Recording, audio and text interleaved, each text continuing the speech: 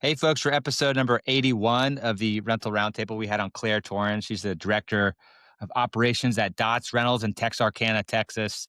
Really awesome story around how they got started. Third generation, all women owned. Dots, her grandmother's 92, started the company in the late 1980s. Demita's been running it. Now Claire's come into the company. And Dot's still involved in the business. First one to open it at 5:30 in the morning, last one to leave at 92 years old. And talked about how her story really, she went to go work at Walmart and Accenture and other companies before coming back into the family business. Talked about what it's like being a woman in rental, talked about how they lead with more of a tech focus and considerations on expanding to a second location and maybe more after that. So, really awesome story here. I don't know. I don't think there's any other rental companies in the United States who are third generation, all women owned. So, Claire's an awesome person and really, really cool story. Hope you guys enjoy.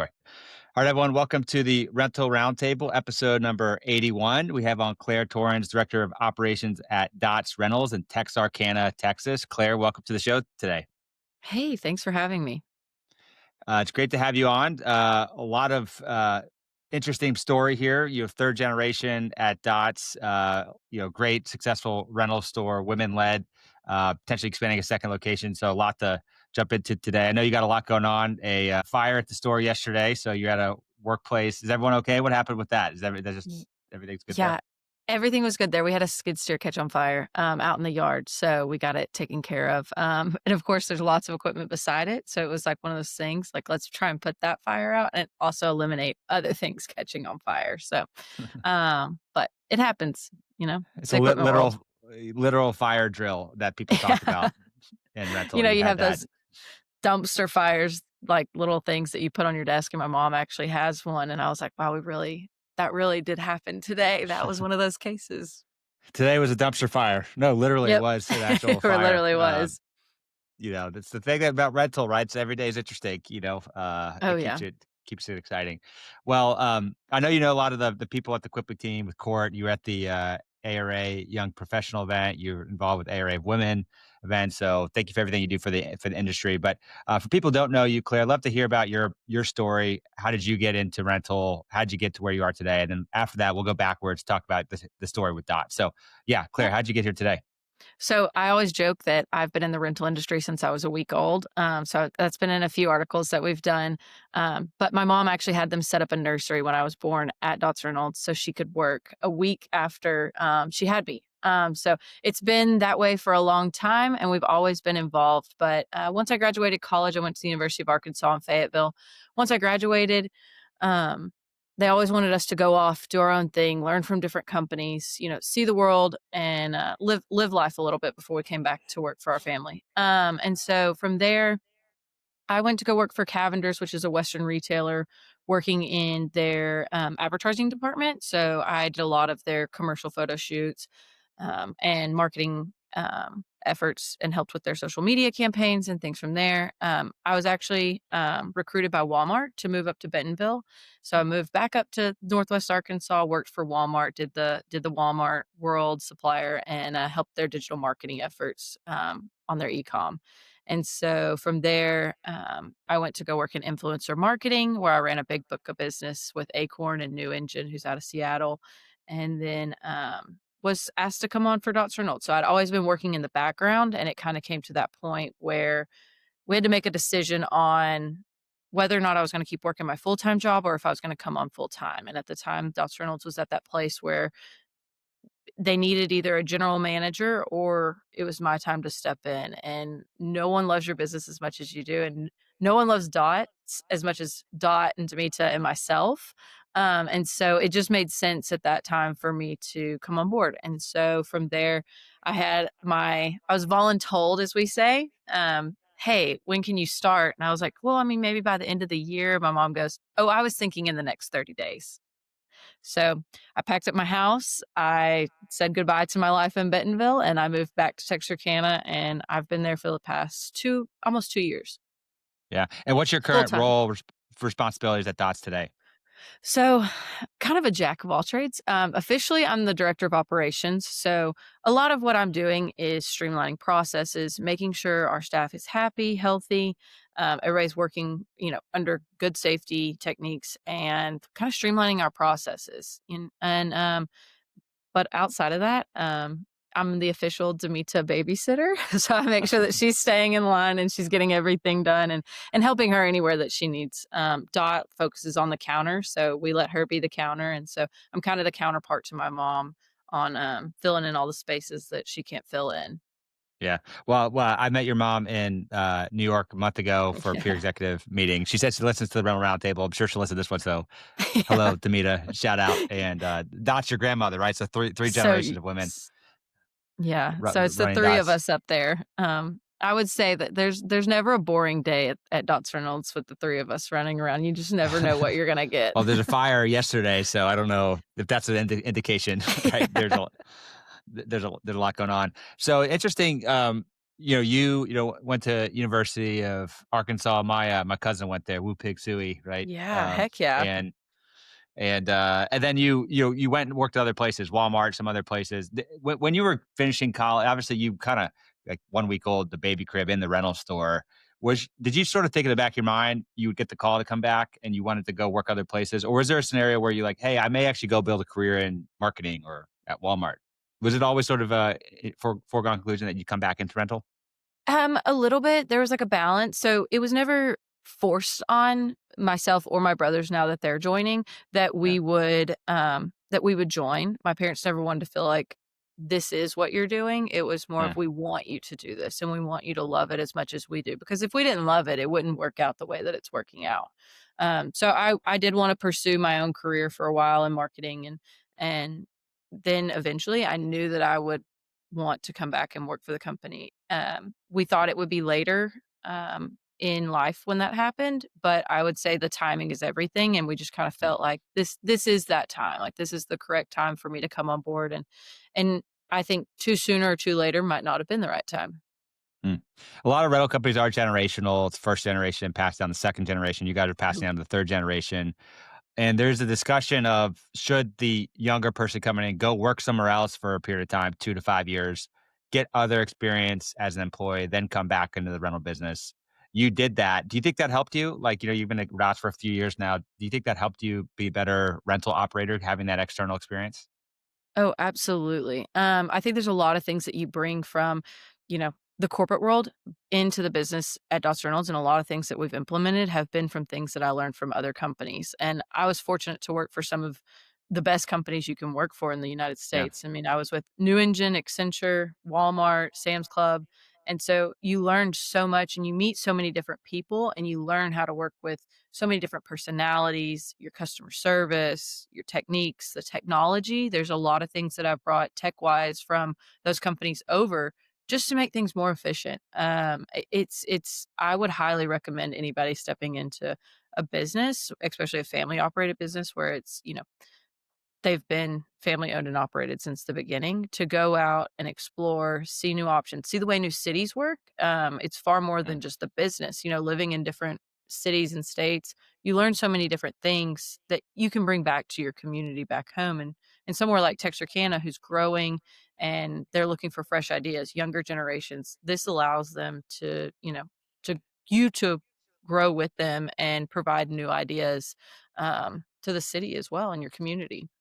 Yeah, it's the whole life experience. And I think even, when you first graduate college, being an employee for someone that you're not a family bit, you got to start at the bottom, right? There's no Right, nepotism. You're starting and you got to work your way up. And if you can make it at Walmart and Sam's Club and Accenture, you already proven that when you come back in, you're actually probably the most qualified, one of the most qualified people you can come into a rental business, right? Because you've worked right, in other places, right? And we know there are a lot of people who go straight into the rental business. They start in high school and they sweep the floors and they just kind of grow into that. And there's nothing wrong with that, but I do think there's a interesting element of actually going outside and then making the conscious choice that, yeah, I want to build my life in rental. You right. made that choice by trying something new. There's so much opportunity in rental too, I think Yeah. from especially in tech and processes, there's so many new ways of working and I'm excited to see the future of where rental is going, just based off previous careers and seeing, different companies from an outside this industry. It's I think it'll be really cool in the coming years to see what's happening. Yeah, we'll talk about, leading with a tech focus. There's a lot happening with AI. I think your mom is part of our sort of discussion that we'll talk about that in a second. But She's a big AI. Yes, there's a lot of exciting things we're excited about. But for the people who don't know the history of Dots, it's a really awesome story. Do you want to share that for folks? How did Dots come to be? Yeah, so, Dot started Dots Reynolds about 37 years ago. Um, she had $500, that my grandfather, her husband, gave her at the time to open it. She'd always been in the service and rental industry, so we had a place called Stop Again, and her maiden name was Agan, which is Agan, and so they called it Stop Again, had the big airplane on top of the gas station. She was changing tires, filling up cars, renting out trailers, anything she could do to help her family make money. So it's always been in her blood of, the service and the rental part of it.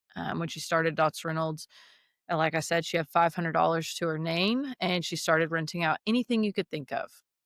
Baby beds, tables, chairs, minor lawn equipment, anything she could get her hands on to rent you. She would rent the mop bucket.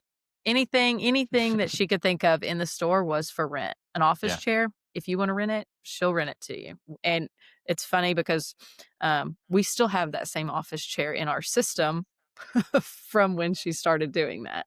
And so she grew from that. She had one of our main contractors that is still our number 1 contractor right now, was who kind of helped get her started from the very beginning. mm, And so she had, this group, this company that believed in her, and they were gonna help her do whatever she could to succeed. From there, the business kept growing. We got into a bigger building, and so that is our current location right now where we're at. My mom joined when she was 28 years old, which is funny because I also joined when I was 28, and so it was kind of the same situation. Dots was growing a lot. They needed a lot of help, and so my mom was like, this is my time to step in and help Dot, yeah, and so she kinda stepped in to help with more of the financial accounting piece of it, and she still is doing that to this day. And then we've continued to grow tremendously over the past 36 years and much so more in the past 10 years. mm, And then, that's whenever I decided to join, and so, it's kinda funny, it all happened at the same age and the same need, like, "Okay, we're growing, we need to add, the next generation of our team." yeah. So Dot started this like what 1980s, late 1980s, and $500, right? You don't need a lot of money. 500 bucks. Um, is she still involved in the business today? She is, so it's funny, she is about to be 93 next year in All March, right.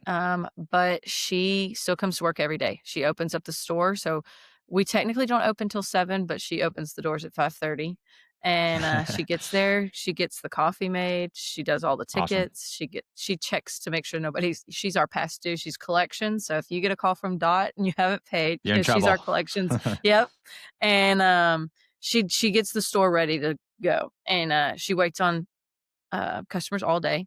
So that is what she loves to do. She loves to put in tickets. She loves to talk to the customers, and I've even seen her go back out to the dock and show people how to operate floor machines or any other piece of equipment you can imagine. So she is very hands on in the business, and she doesn't leave until 5:30. So she'll actually open the store and she'll be the last to close the store. So Wow. she's So she's she's putting a more work of hours in art. than anybody. Oh, Yeah. absolutely. What Yeah. what drives her to keep doing that? 92, 93 years old, first one in, last one out still. What motivates someone like that to keep doing that? It's what she loves. Like, I mean, if you ask her, Yeah. like, "Why do you do it?" She loves it. And she's dumped her whole life and her whole heart into this company, and, Yeah. I think that's one of the things that my mom and myself and now my brothers are really trying to do is to really show off how much she loves Dot, how much she loves the equipment industry, how much she loves her customers and her staff, and, I mean, she's just it's what she it's what she does, and, during COVID, we tried to get her to stay home sometime, and she was like, "Why this is what I love. I'm not gonna veer away from this or stay home. If I'm gonna get sick or if something's gonna happen, I'm gonna do it at the place I love." And so, Mm. we got her to finally take off 1 day a week on Thursdays, and, it just drives her nuts. Like, she'll be like, "Well, what are you doing at the store? What's going on at the store? Who came in today?" Like, she wants to Yeah. know all the things, and, we have, me, my mom, and Dot and sometimes my brothers all have coffee on Saturday and Sunday mornings, and we kinda use that Mm. time to just talk personally about things going on, the business and stuff that, you know, we may not wanna talk about at the store. Nothing bad, but just kinda just Yeah. conversation between all of us, and, she wants to know all the ins and outs. She wants to know the numbers, she wants to know the week ahead. She wants to go through, "Okay, well, what do we think about this, and what do we think about that, and can we buy this equipment?" And so, we call it Coffee with Dot, but we've been doing it for 15 or 16 years now, and Wow. so, it's a tradition, and if we're all away, we all get on FaceTime and stuff like that, but she truly loves dots. And, Yeah. that's what keeps her going, and she said the day that she stops working is the day that she dies, and so I was like, "Okay, well, Yeah. there we go." But it's very real, it's very authentic, and she gives it her all. Yeah, you could tell, and I think there's all these studies around, like, once people stop working, like, the chance of dying goes up, like, dramatically because, for a lot of people, a sense of work is their a lot of their purpose, right? Especially if this is your Oh. baby. You created this 37 years ago, like, that's her legacy in many ways, right? Oh, most definitely, and I mean, she gives it her all. She drives to work every day. She can still she goes to all the shows with us. She will be on the showroom floor, and she'll walk the show, Right. she doesn't sit down. We try and get her to take a lunch. Nope, she keeps going and keeps going. So, it's funny to watch her just interact in the store, and that's what I tell all of our new, staff members. I'm like, "Just watch Dot. Like, spend a Yeah. couple weeks and watch her. There's so much you can learn from her." The way she treats the customer, the way she handles situations, it's unbelievable to watch her work in the environment. Not many rental companies last 37 plus years. What do you think the secret for Dots has been, especially early on?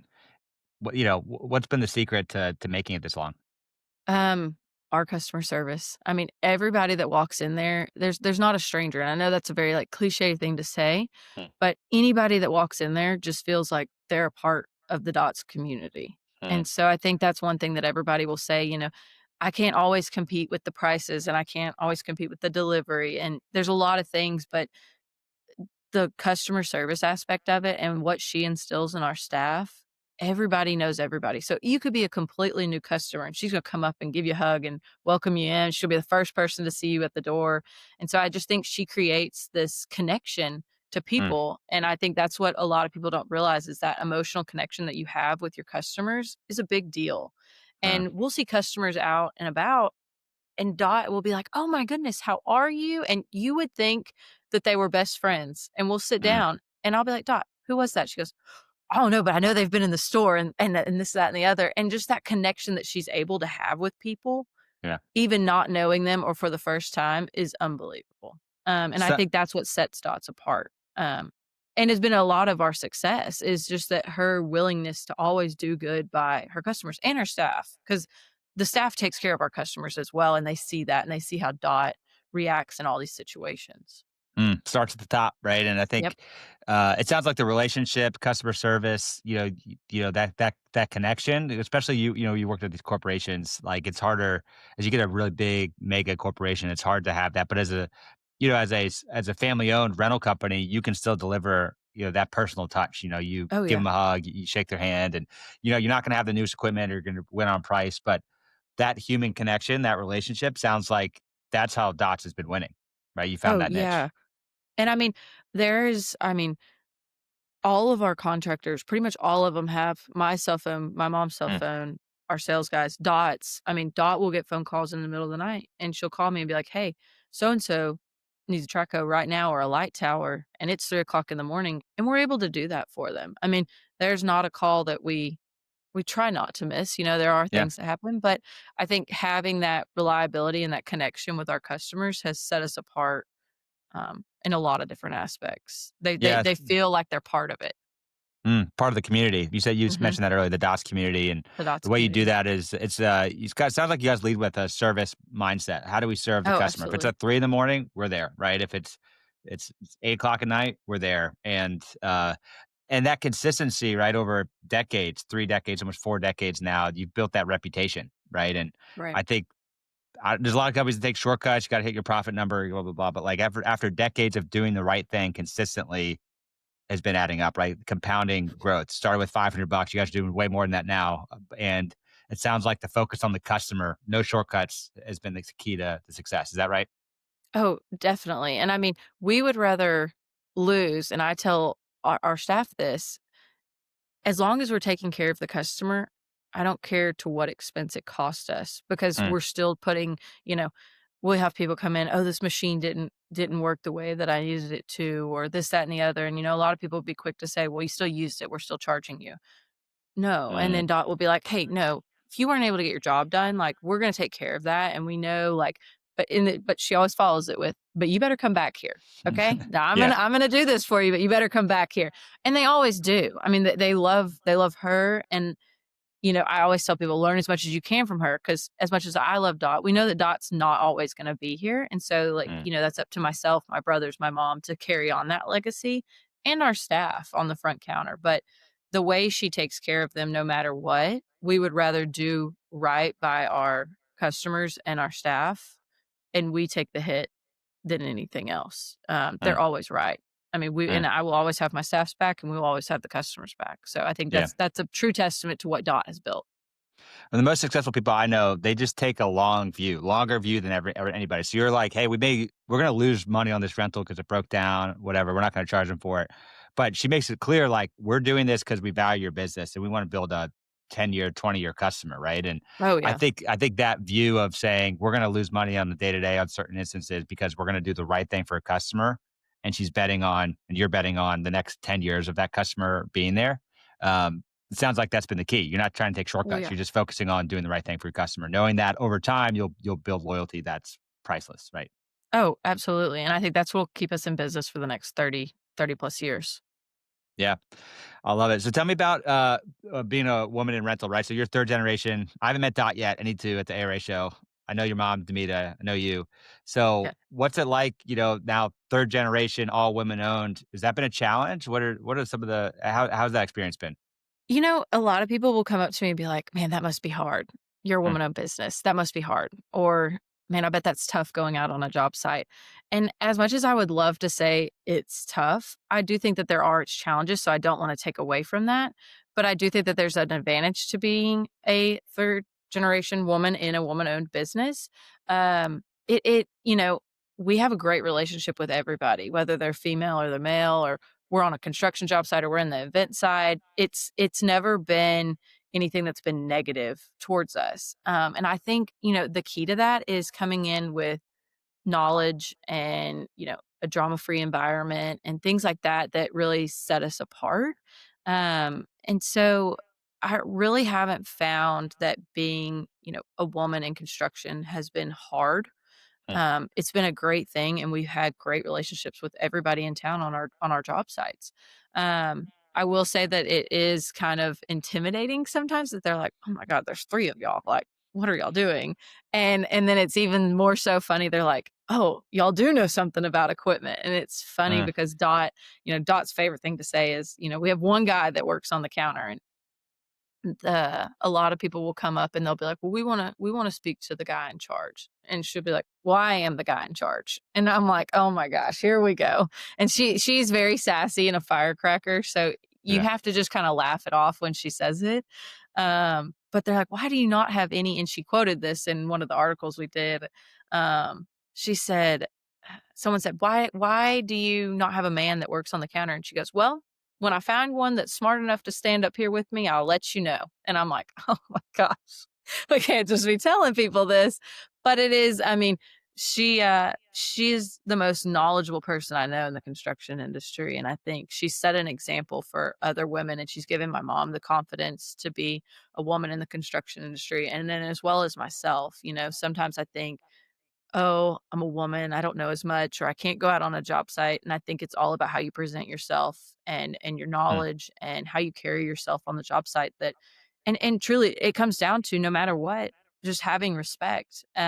mm, That's the biggest thing that I tell new people coming onto the team. I'm like, "If you respect them, they'll respect you," and I think that goes the longest mile no matter what. But she has been a true trailblazer for setting an example of how a woman can lead company in construction and equipment mm. and really set an example for others. And she I would be lying if I said she hasn't gotten comments or snarks and stuff like that, but It's how you handle it afterwards. She lets it go in one ear at the other, and she knows her purpose, she knows her business, she knows what she's doing. She knows that she runs a great book of business, and she's just gonna keep going, and she Mm. doesn't let it get her down. There's nothing that bothers Dot. Dot will brush it off her shoulder and keep going. Yeah. So Well, it sounds like maybe early on for her and maybe for you as you kind of were just getting back into rental, like there were maybe some, all right, am I the imposter syndrome? Like I got to go to the job site. But mhm. what Dot's been able to do is be a trailblazer. She's been doing it for decades. Oh, Like yeah. she's proven that you can be a man or woman. It doesn't matter. Uh, and it sounds like it hasn't been as much of a challenge, right? There's a big focus on women in rental. And I think like, even if you look at our, the podcast guests who've come on, there's been less than probably 5 women who've come on, partly because, like, there's just so many men in rental. Like, Mhm. everyone we talk to is a man in rental, and it is an industry that is not has not been the most, I don't know what the phrase is, forward thinking in terms of having women come into rental for whatever reason. You guys feel like it hasn't really been as much of a disadvantage for you at all, maybe even a strength. I think it plays in our Part of favor, your truly. part of your brand, right? It's It part of who you is. guys I are. mean, and that's what I mean, I would say that not what that sets us apart, but they're always like, "Damn, that's cool." Like, "That is Yeah, that's really cool. cool." Like, that is 3 women running a like, and, it's funny is, like, there's been some people in conferences I've been at, and they're like, "Oh, you're on the event side." And I'm like, "No, I'm in the construction Mm, side." And we do have the event side, and I manage that side, but predominantly it's the event or the construction. And, it's funny, and then I'll be like, "Well, what do you think I do?" And they're like, "You're like a nurse or real estate." And I'm like, "Yeah, that's you hit the yep, that's it." And so it's funny, but they're never expecting it, but yeah, it it's has probably played sort in of our like a advantage. cool. Yeah, it's also like I can imagine like we were at visiting some rental companies in Omaha 2 days ago, and we went to Top Golf, and I was like, I don't really want to play. So just I played high school golf. That was like my sport. So they're like, Yeah. Kyle, you want to hit one? I was like, no, not really. And I went up and just hit the back net. Right, that's my thing. I'm good at. And everyone's like, oh my god, there's an element of like sort of playing coy. You're like, yeah, I just got this little rental thing, and you're a powerhouse. Third generation, third women generation of building an equipment rental company. There's probably an element of like it's sort of cool when you sort of kind of play low key a little bit. People, forever worse underestimate you, and you get to prove them wrong. That Oh, feels yeah. fun. I'm sure. I've gone to lunches with my sales guy, and they'll look at him, and they'll try and talk about equipment, and they'll just keep looking at him, and then he'll be like, "Well, you gotta talk to her about that." And they're like, Yeah, "Her?" And I'm yeah. like, "I don't know what to tell you." It's a cool feeling. I'm It's sure where you're just sort of underestimated. yeah. There's a cool feeling when you could sort of you could do that. And yeah, I've got 3 daughters who are less than 5 years old. So it's cool what you guys have been doing because for whatever reason, there's not a lot of women in rental, and I don't know if there's any rental companies who've had 3 women run it over 40 years. I don't. Maybe you know some others, but there's got to be less than I five, I have maybe. not I haven't I don't think heard there's of anybody. anybody, and so that's what we were trying to figure out if there was anybody else, but, I haven't heard of anybody, so I haven't but either. I We talked to a lot encourage of rental it. I want companies. more. Like, I Yeah, want more, like, I think it's an awesome thing. I serve on or I will be serving next year on the Women in Rental Board for ARA, and, I encourage more people to, to branch out, be fearless, get involved, and just own it. Like, yeah. it's not anything that you can't do, and I think that's the fear that's, like, it's a male-dominated industry, and while it is, but there's still room for all of us. That's right. And, Yeah. it's cool you guys been doing. So, other topic we wanna talk about, was kinda leading with the more of a tech focus. I know, your experience in other companies, Walmart, Sam's Club, Accenture, you've seen technology and for whatever reason, right, rental has not been leading in technology. I do think that's actually changing in the next 2 years, and I'll tell you why in a second. But, tell me about how you've been thinking about leading with more of a tech focus in a business that's almost 40 years old. So whenever I, first came on to Dots Reynolds, I kid you not, everything was paper driven. I don't even think people really I mean, my mom maybe used her Yeah, email the most and, like, our office, accounting specialist yeah. were probably the 2 people that used their email. Everybody else was still paper, paper, paper, paper, and I'm like, "How do y'all track all this?" And my mom's like, "Well, it's in a filing cabinet over there." I said, "Oh my gosh. Okay, we gotta do something here to Yeah. streamline processes."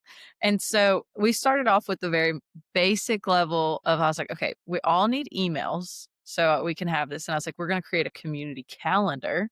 And so, like, that was the first step, and she was like, "Wait, we're gonna create a community calendar that we can see everybody's days off." And I said, "Yes, because I had a stack this big of PTO requests that I had to go through and write on a calendar in Dot's office, and I was like, "I can't how do you keep up with this? Like, how do you wake up in the morning and know who's gonna be at work?" And she's like, "Well, we Yeah. just go in there and look at the calendar." So, it's little things like that that just started to kind of streamline everything. So, we've got the Google Calendar, and then I introduced the Google Drive, and she was like, "We can all work on this at the same time." I'm like, it's Crazy. amazing. It's crazy. And so it's little things like that. And then, also putting our processes. So we're putting everything to paper. So everything that we're doing has a process. And I want the most clear step-by-step instructions on how do we get from point A to point B and there not be any question about it. And when there's new hires, where do they go? And so, now we have a new hire pamphlet that, has everything in the Google Drive. And then also they get a packet whenever they go. But when they're hired on, all that stuff is right there. You just have to click print and it all prints out for one person. And if there's ever any question, they have a place that they can go to find these things. And so just being able to streamline and show people like what our possibilities are and they're like, well, how did you do that so fast? Well, there's a great thing. Chat GBT has been a game changer. And I know, as we all know, AI is, such a cool way to use things, but we have done so many things using AI to be able to help Dots Reynolds and move things forward. And I mean, it's helped me with numbers, it's helped me with scheduling, it's helped me with processes and everybody, now my front counter, they all have Chat GPT on the front counter. That way, if they have Mm, a question about how so much a piece of equipment weighs, I'm like, guys, you don't have to flip through a binder and find all mm, this. You can just ask it, or you can just, showing them the possibilities of ways that they can use their phones, the technology, the iPads, the computers, what they can do to help them, you know, get answers quicker to serve our customers faster. So when they're on the phone, I've watched somebody be on the phone and they'll want to know how much something weighs. And they're like, 1 second, let me find out for you. And they just have ChatGPT, pulls up the JLG link. There's all the information you need. And they can give exactly what they need to the customer with no questions asked. Um, and so, you know, really using you know, tech forward thinking and ways that we want to use it to improve our business and ways that we can make things work faster and just more efficient ways. I mean, it's the littlest things make the biggest difference. And yeah. so when you start, it's like a domino effect. Once you start doing some of those little things, it just starts to fall over and all come together. I mean, it's just one thing after the next and it all gets easier. And I do say though that it is a challenge at first introducing those things in a business Mm, that's been set in their ways for 37 years. mhm. When you start to introduce that stuff, you do get a lot of, "That's not the way we've always done it," or Yeah, "I don't like that," or "I yeah, don't use an email." And I understand, and I think it's finding that, especially between generations. So I would say, yeah. the gap between Dot and myself is a big gap, and even my mom, and, she's kinda the middle guy in all of this, but Mm, making it work to a way that works for Dot and works for myself. And so, everybody else falls in between those 2. And I think if you can kind of find that happy medium, like, okay, maybe we won't fully integrate with this, but we are gonna start, like, working towards that goal and yeah, taking it in baby steps and introducing little things at a time instead of just ripping one giant Band-Aid off yeah, and scaring everybody. Just take it small pieces at a time and let everybody get used to it. And then, you know, a lot of the, technology advancements that we've made and processes that we swapped, I think come with giving your staff the reason why. So why is this gonna make it easier for you? Why are we doing this? And why is this gonna benefit Dots Reynolds? And why is this gonna serve our customer better? And I think if you can give them those answers, they see it instead of just like, "Oh, this girl came in and now she's making all these changes. mm, We've been working just fine for 37 years." Like, if I could tell you there's one phrase I've heard a lot, "Well, we've done it that way for 37 years. Why change?" And so I yeah, think this younger generation is here to bust that. And I told yeah. my mom, I said, if I have to hear, well, we've done it this way, why are we doing it this way anymore? Then my head's gonna spiral off because you have to make those changes. I mean, there are critical changes you have to make. And I'm still a big fan of a good pen and paper, but not Yeah, for 12 filing cabinets full of pen and paper. yeah. Yeah, and there's a whole idea like what got you here won't get you there, right? So what got you here Right. for the first 37 years won't get you to the next 37 years. When did you guys add, getting better on the email and the Google Drive? Is that in the last 2 years, you said? It was. Yeah. And now it's been a game changer. Like, everybody loves the Google Drive. Everybody can So go now into the there Google there was Drive. some resistance at first, but now they're like, "Oh, we love it. We'd never go back." Is that where they are now? Right.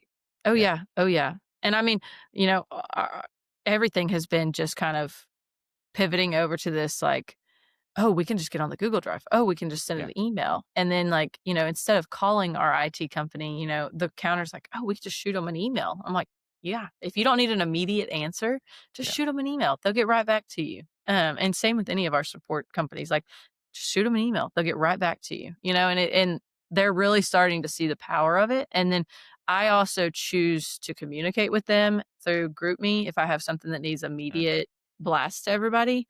And then other than that, I email. And so, a trick, because everybody was like, "Well, I didn't see the email." So now at the bottom of the email, I tell everybody they have to either give me a thumbs up or they have to respond to the email. So I know that you read the email, and then it gets them checking Yeah. their emails. So now they're just like, "Oh, we don't want to miss an email from Claire. So we're going to check it. Oh, we got to Yeah, check yeah. our emails." So I've kind of created this, like, yes, guys, we got to check our emails every day, every day. Keep them up on your computers. Check your emails because customers email now. Yeah, yeah, they do. That's their and part of it's like, what got you here won't get you there. Well, if your customers are moving in a certain direction, you don't really have a choice. If they wanna engage with you via email or online, you're either gonna lose that customer or you're gonna have to adapt, right? And, Right. like, old dog doesn't like to learn new tricks. There is a switching cost and my mindset shift, and there is a period of slower productivity. But like you saw with Google Drive 2 years later, everyone's like, "Why'd we ever go back?" Right? I'm curious on the AI stuff with ChatGPT at the front desk. How has that adoption been? Was that something that they were resistant to, or are they just like, "No, we want AI. We've used ChatGPT ourselves." Like, how has that particular component been adopted? So it wasn't they weren't using it before, and so they were like, "Man, how are you getting that information quicker? Like, what are you doing?" And so I showed them, Mm, and it was kinda like this, like, "Oh my gosh, that's cool. Like, that is so mm. cool." And so now they use it for everything. Like, they'll be up there just having fun with it sometimes, and then other times they use it to find answers for things. So it wasn't it nobody was really resistant towards it, but they just wanted to know more and how they could use it in the different ways. So they were very curious, and now that they have that, it's pretty much a tab on everybody's computer. Like, I don't ever see it Mm, come off, and so they'll use it for the most random questions. But again, working in rental, you never know what question you're gonna get. Like, there's some right. things that aren't on an informational guide that you're just like, "I have no idea." Yeah. It sounds like you were, like, getting answers to stuff very quickly all of a sudden. They're like, how did Claire become, like, superhero?" So you were like Yeah. right, so I think that the biggest key here I'm hearing is, like, when you show the value up front, then the adoption happens much faster. If you just give people more homework assignment, we're gonna force technology for no reason, that's harder, but if people can see the power of it, that makes the adoption much easier. Oh, yeah, and then that goes back to your why. I think everything needs a why. Why Yeah, are you doing this business? Why are you serving your customers? Everything has to have a why, and, when you give them that, it gives them a better understanding of their purpose and the purpose of doing it, and the yeah, benefits of it. I think, time is money, yeah. and the more time that we can save, it's just overall better for our customers, ourselves, and leaders of the company. Yeah. And for whatever reason, like we've, been talking to a lot of groups the last month or two. Your mom was in one of the groups about where we think AI is going. And like the adoption or the indication of adoption has been overwhelmingly positive to a point Mhm. that I haven't seen even with online renting and other things. People like maybe they experience it with your counter people using ChatGPT, like they want more AI. So, I think rental has been slower to adopt technology for different reasons. I think that's changing. And I think when AI Oh. can start to do work within a rental company that people don't want to do, don't have time to do, and they see the power of it, I think that rental won't be a laggard in technology adoption anymore. It'll be in the middle of the pack, maybe the front of the pack. So I think things are changing, right? And the pen and paper stuff. If you're not using AI soon in the rental company, then you're going to be really far behind. Oh, absolutely. I mean, I use it in all my meetings. Like, I use an app, a software that actually records all my meetings, and Yeah. it's just an assistant that I have, and it puts all my notes together, gives me an agenda, emails it over to me, and then I just tell it who else I want the meeting notes to go to, and it Mm, takes care of everything else. And so that way, I'm not sitting here with a pen and paper during a meeting losing focus because I'm worried about writing when my AI assistant has taken care of everything. I mean, it organizes my emails, it tells me my calendar for the morning, like, it's crazy where it's going, and I think it's a scary thing. So I like, when my mom and my grandmother are like, we don't know about all that. I'm like, well, technology's here and it's staying and it's going to be the next revolution. And so I think that you have to get on board with it and learn how to work with it in the ways that you feel are appropriate for your business. Yeah. It's saved me. I mean, there's an Excel sheet that was probably going to take me 4 or 5 hours to manipulate. And I was like, wait, why am I doing this? And Yeah. I put it in ChatGPT and I said, hey, I need this column to match this column to match this with these products. And in less than 4 minutes, I had everything that I Yeah. needed right there. And that saved me a lot of time to be able to, okay, now I can just get this over and keep going with my day. Yeah, I mean, I think that's why I think the technology adoption and rental for AI is gonna be so fast is because Oh, yeah. it's like, your employees are now 50% more productive, not 5% or 2%, but 50% more productive, and, like, people are gonna see that, and we're seeing the early stages of that, and I think that's why we're excited because I think things are gonna adopt very quickly, and, Oh, yeah. you're already experiencing that. So, last quick topic before we wrap up here. You guys have had a lot of success, a lot of revenue in one location for 30 plus, almost 40 years. Thinking about after all these years to go to a second location, tell me about that thought process. And I know you guys haven't launched yet, but you're considering going to a second location. How did that come to be? Yeah, so I guess this can be the official launch, because we just Okay. got all of our finalized approvals from the city. But Awesome. we are opening our second location in Springdale, Arkansas, which is in Northwest Arkansas, close to Bentonville. So a year ago, we acquired a building and we were just going to use it for some real estate. So that was kind of a background. We have a lot of commercial warehousing and real estate. And so my brothers, so I kind of told my mom, I said, I think it's time for my brothers to join us. They're kind of like my missing parts. They're my counterparts. We all three have worked together all of our lives with different projects, and so now we all three work together as partners in the business. And so um, we bought the building, and the beginning of this year, we decided, okay, this is gonna be our second store, and we weren't sure how we were gonna do it. We went into it, we've never had another store.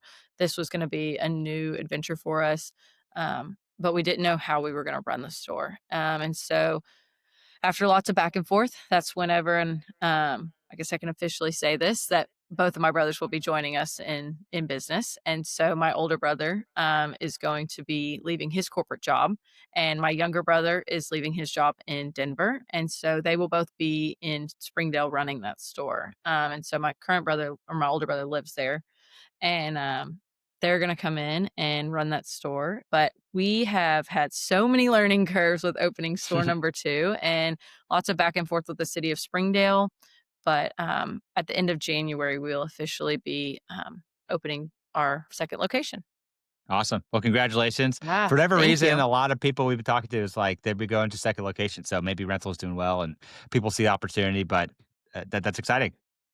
I think it's all about time. I think if we would have done it any sooner, what we paid for the building, it all had to make sense Yeah. Hmm. financially. And so, I'm lucky to have a great team of accountants that, we've given everything to, and they've kind of really helped us strategically plan the second Yeah. store. And so, with my brother and I's background in the corporate world and expanding locations, I was a part of the Cavender's team when they were in a big point of growth and opening a ton of stores across the United States. And so you see the processes. And so one of the things that my brother both like we both agreed on is that store number 2 needs to be treated as if it was store number 10. So Mm, we've taken this whole year to really get our ducks in a row with processes and procedures and, how we want to operate and really fine tuning as much as we can just so the second launch and the third launch and the fourth launch, we're not opening store number 6 and saying, oh gosh, now we got to go back and change the ways of working for all these other stores. And so mm. the forward thinking and how we want to, in game run this business was how we were going into it with store number 2. And it is an investment, making sure you're doing as much as you can correctly is a big investment, but we see long term. And I think that goes back to that long term vision of making sure that you're setting even store number 2 up for success, in 30 years. And whenever we have way more locations, because that's now our growth plan, Yeah. um, is to make sure that everything's, copy and paste factor, but as forward thinking as Mm. possible. So we're not having to backtrack too much on all these locations. Yeah. Doing the work up front, going slow to go fast. So Mhm. you're building the template to go do the next three, four, five. It's very cool. Well, Absolutely. congrats on all your success. Thank you. Last question I have: best career advice you've gotten that's helped shape your success and what you're doing at Dots. So my dad always told me, and I wouldn't say this is career advice, but it does allow you to think outside the box. So we always joke about, so whenever I worked for my dad when I was younger, he would give you a task and, it would almost be unachievable. And so you're Mm. like, how am I going to, like, it's like having a 10-foot ladder and you have 40-foot ceilings. How the heck am I going to reach the 40-foot ceilings? And, he always would end it with, I have faith in you. And you're like, okay, Mm, now I know that this task is about to be the most daunting thing. And so I always tell people, like, whenever I give them a task that they're like, I can't do this. I'm like, you can. There's a way. You just have to think creatively. And I always tell them, I have faith in you. I have faith in you. And that's what my dad always told me. And I think that that has pushed us in our career to really, you're going to get tasked and you're going to think you can't do it. And mm, there's going to be a lot of things that you think are unachievable because they're way too high in the sky. But with enough, like, I always say that I have faith in you. And it drives people to really dial in to figure out, how am I going to do this? And so that to me has been a piece of advice from my dad that I've taken for the longest time. And I wouldn't say it's mm, like a quote or something like that, but it's more of an actionable thing that you have to just, it might be too far, and it's really, you got a 10-foot ladder and 40-foot ceilings, but you're going to find a way to make it work. And I think it's been a big part of us as a business. And my brothers will say the same thing because we all laugh. We've all been told that same mm. statement. I Yeah. have faith in you. And you're like, great. Now I have to get real creative on how I'm going to do this. But being in leadership and having a business and our operation, it allows you to really think outside the box. Okay, how am I gonna get there? How Mm, how what am I gonna do to reach where I wanna go? Even as unachievable as it seems, there's always a way. And I mm, think, having that ability to be pushed and pressed to really think for yourself and about what you wanna do to get there, and it slows you down a little bit to think about your process instead of just automatically having all the ducks in a row to be mm. able to get it done. Yeah. Well, it sounds like setting really high goals and having someone who Mhm. believes in you and expects you to achieve those goals, right? Oh, Um, yeah. Very cool. Well, Claire, thank you for all your learnings and sharing today. Awesome story with Dot and Demita, now you, and amazing business over 37 years, and excited to hear about the second location and many more after that. So, Claire, congrats on all your success. Thanks for sharing everything today. Awesome. Thank you for having me.